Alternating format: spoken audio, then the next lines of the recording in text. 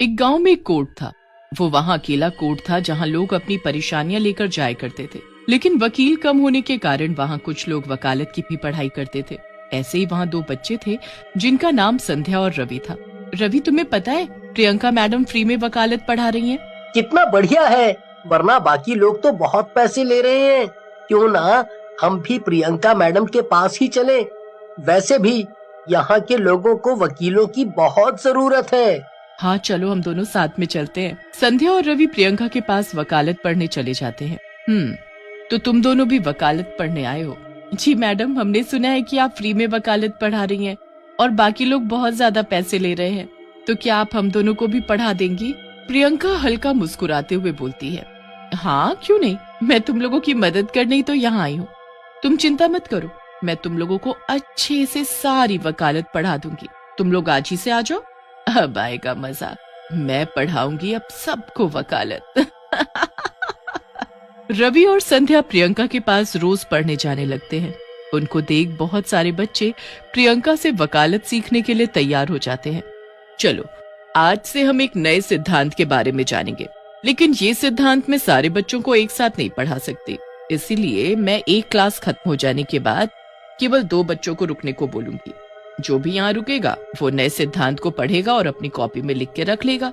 तो फिर क्या वो हमें अपना लिखा हुआ देगा या हमें अलग से क्लास लेनी पड़ेगी?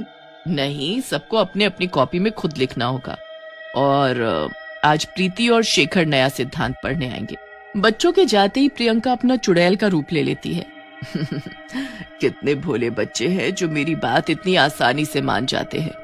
अब देखना है कि ये 2-2 की जोड़ी बनाकर कैसे आते हैं और कैसे मैं इन सबको एक के बाद एक खाती चली जाती हूँ।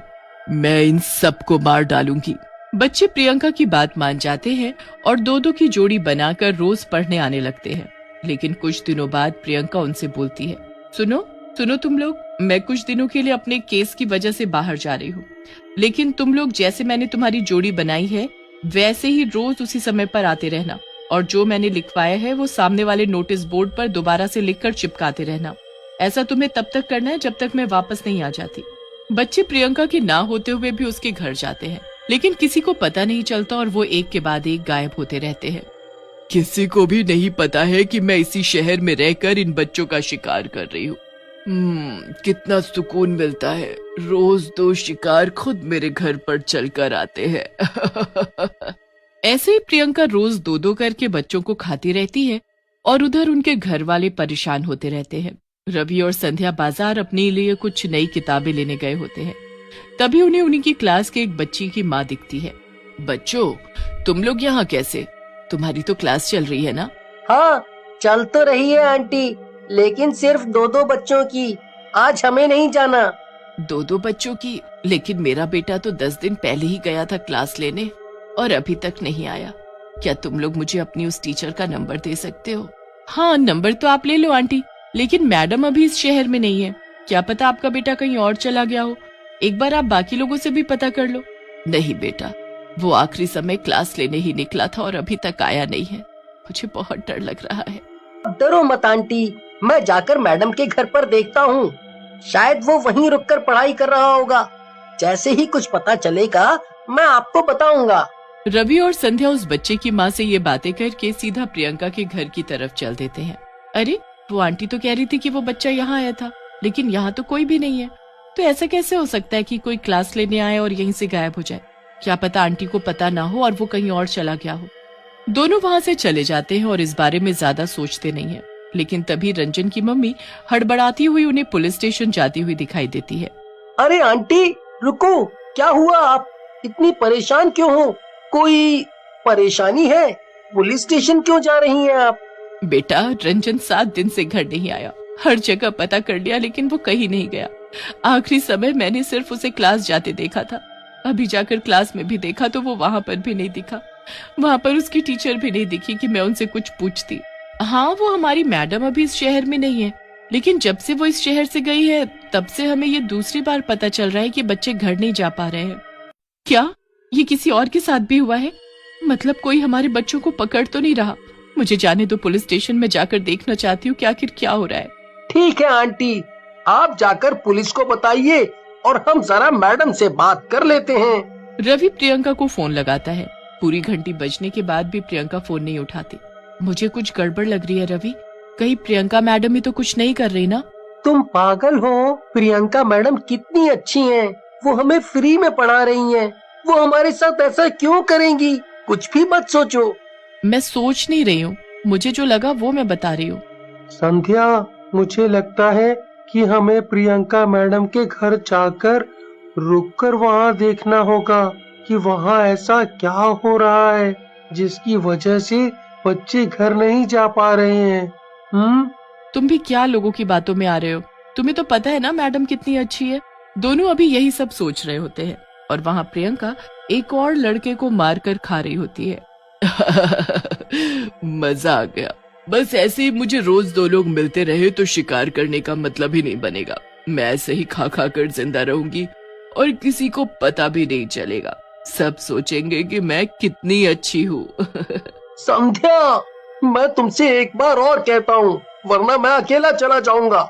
लोग गायब हो रहे हैं, इसका कुछ तो मतलब होगा, कोई तो कारण होगा ना। ठीक है बाबा, मैं चलती हूँ तुम्हारे साथ, लेकिन अगर कुछ नहीं निकला ना तो तुम खुद को कभी माफ नहीं कर पाओगे। संध्या और रवि प्रियंका के घर जाते हैं तो वो देखते हैं कि प्रियंका अपने असली रूप यानी चुड़ैल वाले रूप में किसी एक इंसान को मार रही है। अब वो दोनों बहुत डर जाते हैं। चल रवि, हमें यहाँ से जाना होगा, वरना वो हमें भी मार डालेगी। हम यहाँ से चलते हैं और फिर यहाँ कभी नहीं आएंगे। पागल हो गई है, मैं यहाँ से नहीं जाऊंगा। ये लोगों को मारती है और ना जाने कितनों को मार चुकी है। अगर हम आज यहाँ से भागकर चले गए तो ये फिर लोगों को मारेगी। रवि प्रियंका चुड़ैल के घर के पीछे जाता है और उसकी खिड़की से प्रियंका चुड़ैल को देखता है। उसको विश्वास नहीं हो रहा होता कि वो प्रियंका है।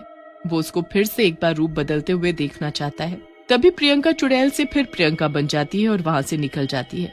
मुझे समझ आ गया है, हमें क्या करना है, चलो यहाँ से। क्या समझ आ गया है? क्या करना चाहते हो मुझे भी बताओ। संध्या, चलो मैं बताता हूँ तुमको। चलो यहाँ से, मैं तुम्हें सब बता दूंगा। संध्या और रवि जल्दी से वहाँ से निकल जाते हैं। रवि, मुझे कुछ समझ में नहीं आ रहा है, तुम करना क्या चाहते हो? बस तुम इतना समझ लो, मैं जो भी करूँगा वो हम सब के लिए सही होगा।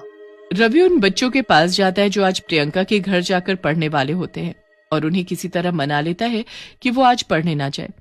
और फिर वो संध्या के पास जाता है और संध्या से बोलता है, सुनो संध्या, आज हम दोनों को पढ़ने जाना होगा। आज हम उन बच्चों को नहीं भेजेंगे। रवि, तुम पागल हो गए हो। हम अपनी जान खतरे में क्यों डाले जब हमें पता चल चुका है कि वो चुड़ैल है। संध्या उसकी बात मान जाती है और रवि के साथ चली जाती है। चुड़ैल जब उनको देखती है तो सोचती है, अरे आज ये दोनों यहाँ कैसे? मुझे अच्छे से याद है इनकी बारी तो अभी नहीं आई थी।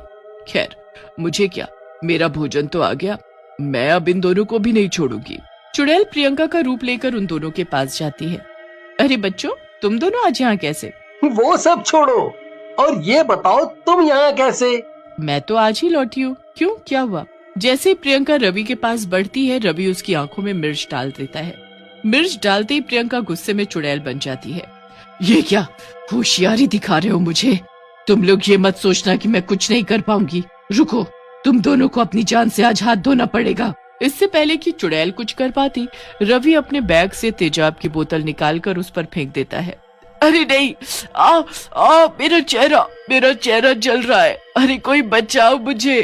ये तुझे तब सोचना चाहिए था जब तू दूसरे लोगों को मार रही थी। उन्हें कितना दर्द हुआ होगा, ये तूने कभी सोचा ही नहीं। हम तो तुझे नेक इंसान मानते थे, कितनी इज्जत करते थे तेरी हम सब बच्चे, पर हमें क्या पता था कि तू ही आस्तीन का सांप है। यही वकालत पड़ी है तूने। आज तेरा फैसला मैं करूंगा। तू वकील है ना, तो आज मैं तेरा जज हूँ। संध्या, भागो यहाँ से, मैं इसको जला कर आता हूँ। नहीं, मैं तुम्हारे साथ ही जाऊंगी। संध्या वहीं खड़ी हो जाती है। रवि उस पर माचिस जलाकर फेंक देता है, जिससे चुड़ैल जलकर राख हो जाती है। वैसे तो कोर्ट में भीड़ ही रहती है, लेकिन अब अचानक से भीड़ के लोगों की एक आवाज लाने लगी है। लोगों में जज के बारे में बहुत सुनने को मिल रहा है।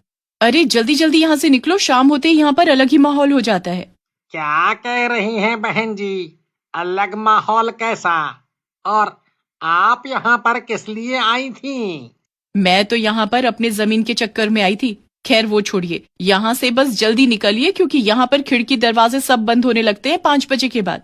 तभी कोर्ट में 5 बजे की घंटी बज जाती है और सारे खिड़की दरवाजे धड़ धड़ करके बंद होने लगते हैं और बाकी लोग अंदर ही फंसे रह जाते हैं। मैंने बोला था ना, देखा आपने किस तरह बंद हो गए। अब जो लोग अंदर होंगे उनका कोई ठिकाना नहीं है कि वो जिंदा वापस आएंगे भी या नहीं, इसीलिए जल्दी से जल्दी भागते हैं यहाँ से सब। हाँ, ठीक बोल रही थी, जल्द से जल्द भागना होगा यहाँ से। लेकिन जो लोग अंदर थे उन्हें अभी बहुत चीजों का सामना करना था। तभी उन लोगों को आवाज आने लगती है। अरे, ये कैसी आवाज लग रही है, जैसे बहुत सारे लोग आ रहे हैं। वहाँ देखो, वहाँ कौन खड़ा है? कोर्ट की कार्रवाई तो पूरी हो गई है, फिर वो दोनों वहां क्या कर रहे हैं? वहां देखो, ऊपर ऐसा लग रहा है जैसे किसी के मंत्र में बांधकर किसी को बुला रहे हैं। कृपया कर सब लोग अपनी सीट पर बैठ जाओ, जज साहब पधार रहे हैं। मैं यहाँ से जा रहा हूँ, वैसे ही मैं परेशान हूँ। किसी और की कार्यवाही में मुझे कोई दिलचस्पी नहीं है। जैसे ही वो आदमी आगे बढ़ता है, धड़ाक करके उसे कोई पटक देता है, जिससे उसके सर से बहुत खून निकलने लगता है। ओह, ये क्या हो रहा है मेरे साथ? ऐसा लगा जैसे मुझे किसी ने उठाकर पटक दिया। मुझे जाने दो, मेरे सर से बहुत खून आ रहा है, मुझे बाहर जाने दो। तभी अजीब सी खामोशी के साथ जज अंदर आते हैं। वो जज कोई आम इंसान नहीं बल्कि भूतिया जज होता है। आप सभी लोग बैठ सकते हैं और आज की कार्यवाही शुरू की जाए। कैसी कार्रवाई? और तुम कौन से जज हो? हमने तो तुम्हें कभी नहीं देखा है यहाँ पर। कितने दिनों से आ रहे हो? क्या ये सब तुम कर रहे हो? कार्यवाही तो तुम्हें बतानी होगी, क्योंकि मैं फैसला करके ही मारता हूँ। बस मेरा कानून ऐसा है कि इसमें गलत आदमी को सीधा सजाए मौत मिलती है, न जेल न उम्र कैद। पर हम लोगों ने तो कोई गुनाह नहीं किया है, तो तुम हमें किस गुनाह की सजा दोगे हैं? और ना ही यहाँ पर किसी बड़े केस के लिए आए हैं, हम लोग तो छोटे मोटी चीजों के लिए यहाँ पर आए हैं। गुनाह किया हो या नहीं किया हो, लेकिन तुम सब मेरे साथ यहाँ फंस गए हो और मैं 5 बजे से इस कोर्ट में भूतों का जज हूँ।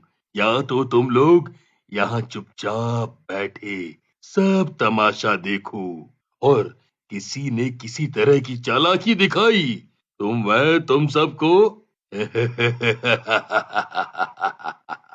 इसी तरह टांग दूंगा।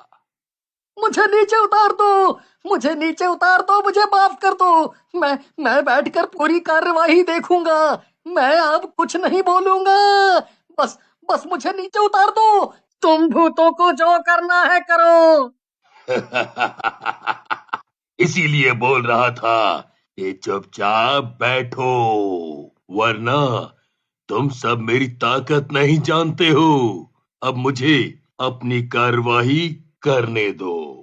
बोलो, तुम्हारी क्या समस्या है? मैं यहाँ पर वही सब सुलझाने के लिए बैठा हूँ। कोई किसी प्रकार का भी गुनाह करेगा, चाहे वो छोटा हो या बड़ा, मैं उसे दूंगा सजा। जज साहब, आज मैं यहाँ पर इसलिए आया हूँ क्योंकि जिसने मुझे मारा था वो गलती से हम लोगों के बीच आज फंस गया है। वो ऋषि है जिसने मुझे मेरी बीवी के साथ मिलकर मार डाला था। मैंने तुम्हें नहीं मारा था, ये सारा किया धरा तुम्हारी बीवी का था। उसने तुम्हें धोखा दिया था, मैं बस उसकी बातों में आ गया था और उसका गुनाह छुपाने में मदद की थी, पर मैंने तुम्हें मारा नहीं था। हाँ। ऋषि को तो सजा मिलेगी ही, क्योंकि उसने अपना जुर्म मान लिया है और उसे इस भूत की बीवी को यहाँ पर लाना होगा और उसे सजा दिलवानी होगी। ऋषि की सजा है कि तुम उसके शरीर में घुसकर उसे अपंग बना दो। आपका बहुत बहुत धन्यवाद। मैं अपनी बीवी को मारते ही मुक्त हो जाऊंगा, उससे पहले मैं इसको अपंग बना दूं। भूत ऋषि के शरीर में घुसकर उसके सारे शरीर को ऐंठ देता है, जिससे वो अपंग हो जाता है। सब लोग ये देखकर बहुत ही ज्यादा डर जाते हैं। ऋषि चिल्लाते हुए रोते हुए हवा में उछलकर जमीन पर गिर जाता है और फिर वैसे ही पड़ा रहता है। तुम ये क्या कर रहे हो? और तुम सजा देने वाले कौन होते हो? तुम तो खुद ही भूत हो, तो लोगों को सजा देने वाले कोई नहीं होते तुम। वैसे भी हम सबको मार ही डालोगे, क्योंकि तुम एक भूत हो, बस बहाने ढूंढ रहे हो। ऐसे तो ये हम सबको एक एक करके मार डालेगा। अब तक ये 4 लोगों को मार चुका है। हमें इससे बचने के लिए कुछ सोचना पड़ेगा, या इसे खत्म करने के लिए। पर विकास भाई, आप देख रहे हैं ना कि चारों ओर भूत ही भूत हैं। ऊपर से ये भूतिया जज जो कहीं से भी लोगों को उठाकर पटक दे रहे हैं, क्योंकि उनकी बात नहीं मानी जा रही। और आप इसे मारने की बात कर रहे हैं। कैसे मारेंगे, कैसे मारेंगे? मैंने तो ये भी सुना है कि ये हर रोज 5:30 बजे कोर्ट आ जाता है और सब लोग तब तक चले जाते हैं। मैं बेवकूफ बस यही देखने के लिए आज रुक गया था कि ये बात सच है या नहीं। मेरी फूटी किस्मत। ये क्या फुसफुसाहट की आवाज आ रही है? कौन बात कर रहा है मेरी कोर्ट में? मेरी कार्यवाही के दौरान कोई कुछ नहीं बोलेगा, सिर्फ मैं बोलूंगा और सजा दूंगा। आज तो बहुत ही निडर लोग आए हैं। मेरी ताकत ज्यादा लग रही है इनको डराने में। सनी, क्या तुम मेरा एक काम करोगे? अगर मैं किसी तरह उस जज के पास पहुंच जाऊं तो कुछ किया जा सकता है, लेकिन उसकी नजर से कैसे बचें? अगर तुम उसका ध्यान किसी और तरफ ला दो तो मैं उस तक पहुंच जाऊंगा। ठीक है, मैं कोशिश करता हूं, लेकिन अगर उसने मुझे मार डाला तो क्या होगा? मैं भी क्या इन सब की तरह भूत बन जाऊंगा? चिंता मत करो, तुम्हें कुछ नहीं होगा। अगर हम सच्चाई के साथ सामना करें तो भगवान हमारी मदद करेंगे। तभी एक भूतिया लड़की, इस आदमी ने मुझे तंग किया था जब मैं जिंदा थी। अरे तुम क्या कह रही हो? ये तो बहुत छोटी गलती थी। उसके लिए तो मैंने तुमसे उसी वक्त माफी मांग ली थी। माफी मांगी हो या नहीं, मायने रखता है कि इसने तुम्हें माफ किया कि नहीं। इसीलिए तुम्हें सजा मिलेगी। मैं तुम्हें काना करने की सजा देता हूँ कि तुम एक आंख से कभी ना देख पाओ।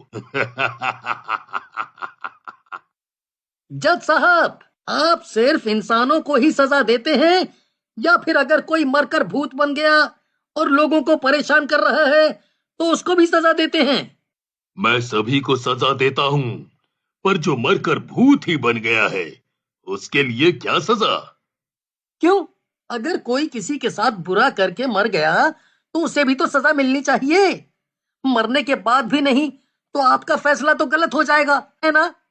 तुमने क्या कहा? मेरा फैसला गलत हो जाएगा? मैं लोगों को गलत करने पर सजा देता हूँ। तभी चुपके से विकास जज के पीछे चला जाता है। ये लो, अगर तुम ठीक हो और सच्चे हो तो तुम्हें इस लॉकेट से कुछ नहीं होगा, लेकिन अगर तुम बुरे हो तो तुम्हें तुरंत असर पड़ जाएगा। जज के गले में लॉकेट पड़ते ही उसने सनी को छोड़ दिया और तड़पने लगा कि कोई वो लॉकेट निकाल दे। मैंने तुमसे कहा था कि अगर तुम सच्चे होगे तो ये तुम्हारा कुछ नहीं बिगाड़ पाएगा, लेकिन तुमने देख लिया कि तुम गलत फैसले ले रहे हो और तुम एक बुरे जज हो।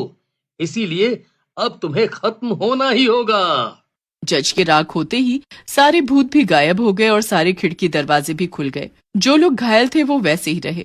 तुम लोगों ने पाप तो किया ही था, जिसकी तुम्हें सजा मिली है। इस सजा को मैं चाह कर भी कम नहीं कर सकता, पर शुक्र मनाओ कि तुम सबकी जान बच गई, और ईश्वर से मनाना कि तुम आगे से हमेशा अच्छे काम करो।